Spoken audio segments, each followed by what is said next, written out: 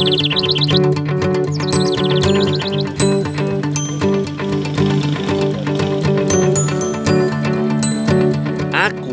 lagi menikmati udara sejuk dan pemandangan indah di Desa Tegowanu, Kecamatan Kaloran, Kabupaten Temanggung. Pas banget nih, lagi cerah-cerahnya di sebelah barat Gunung Sindoro dan Sumbing, indah banget yo.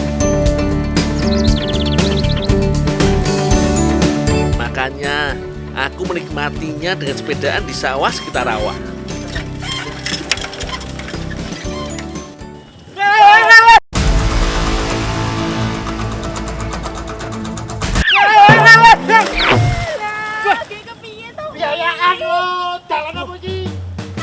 Sorry.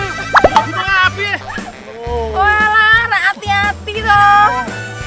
Mbak, golek apa mbak? Aku mbak. Golek lempung. Lempung nggo ngopo? Go keramas. Nggo keramas. Ya, Apa iso toh? bisa. Lempung sing kaya ngopo toh? Wah, jatuh membawa berkah tenan iki. Jadi bisa bantu Mbak Ana buat cari lempung. Tanah lempung di sekitar sini sering digunakan untuk membuat batu bata atau genteng. Biasanya dipilih tanah yang berwarna merah agak keputihan karena mengandung banyak kaolin. Jenis tanah ini juga sering dipakai untuk keramas loh. Oh iya, karena sawah di sini cukup berair, harus dikorek dulu bagian atasnya biar lumpurnya gak ikut keambil yo. Nah, tanah lempung yang kita cari letaknya sekitar 15 cm ke bawah. Sudah cukup banyak ini lempungnya. Bisa lah dipakai untuk keramas.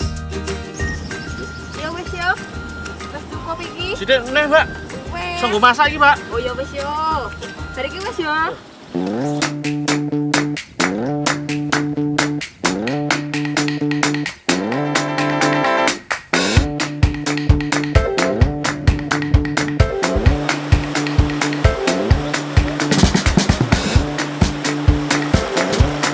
Beberapa desa di Temanggung masih melakukan tradisi keramas dengan lempung atau tanah liat.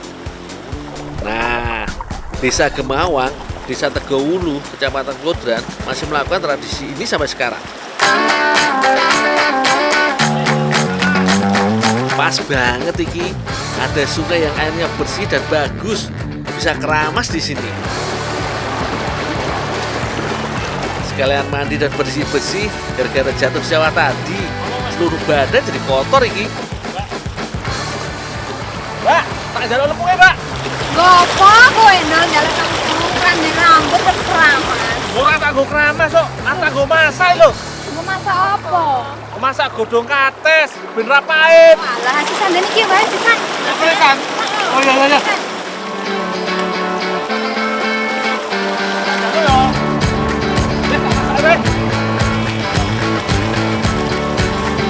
Tanah liat yang mengandung kaolin sangat bagus buat rambut loh. Wakeh fungsinya kuwi. Antara lain menghilangkan kotoran, minyak, dan debu. Kaolin juga dipercaya mampu memperkuat akar rambut. Mantep ya. Aku diminta tolong Mbak Fitri untuk merebus keong sawah. Di sini memang masih banyak ditemui saudara jauh keong mas ini. Apalagi di sekitar rawa atau sawah yang berair. Hewan yang sering dianggap hama oleh petani ini sebenarnya memiliki kandungan gizi cukup banyak yo. Makanya masyarakat di sini banyak yang mencari untuk dijual atau dikonsumsi sendiri. 1 kilonya bisa mencapai 20 hingga 30 ribu rupiah. Oh iya, kalau merebus keong lebih baik keongnya sudah dimasukkan saat airnya masih dingin. Jadi lebih mudah dikeluarkan dari cangkangnya.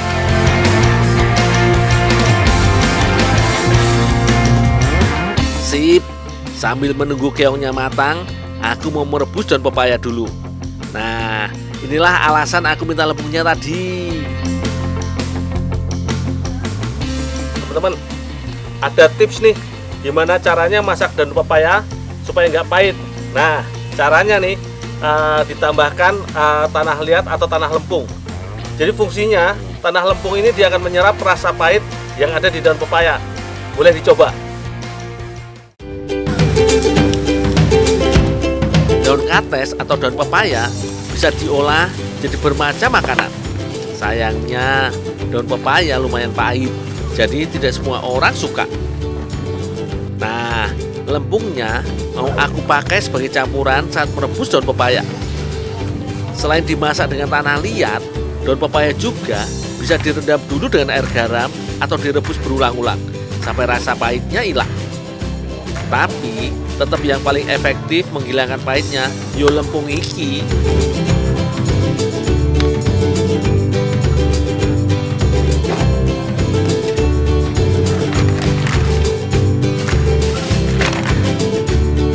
Setelah mateng, keongnya langsung dicongkel. Bener toh? Jadi lebih gampang nyongkelnya. Oh iya, ambil bagian keong di depan aja. Biasanya bagian ujung malah mengandung campuran kotoran yang rasanya pahit. Telurnya juga sebaiknya nggak usah diambil. Walaupun rasanya enak, karena proteinnya sangat tinggi, beberapa orang ada yang nggak kuat makannya. Soalnya bisa jadi mabok.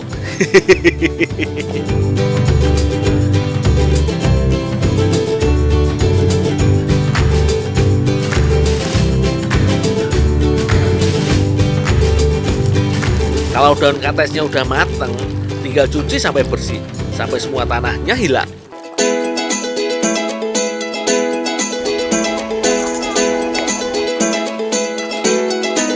Keong dan daun kates mau dimasak dengan bumbu rica-rica. Pas banget, Mbak Fitri dan Mbak Ana lagi bikin bumbunya. Bumbunya hanya bawang merah, bawang putih, cabai, serai, lengkuas, ketumbar dan lada. Langsung dihaluskan semua wae yo. Siapkan juga santannya. Kali ini yang dipakai kelapa tua supaya dapat banyak santannya.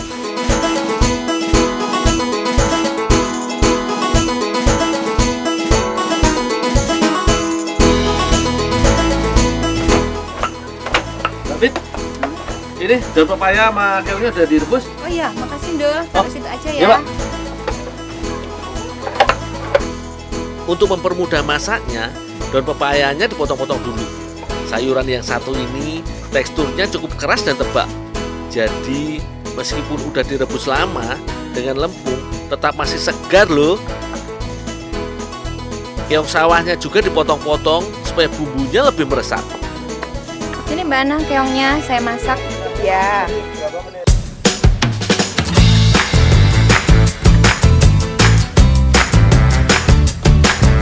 Kalau masaknya gampang banget yo. Tinggal oseng semua bumbunya, kemudian masukkan santan.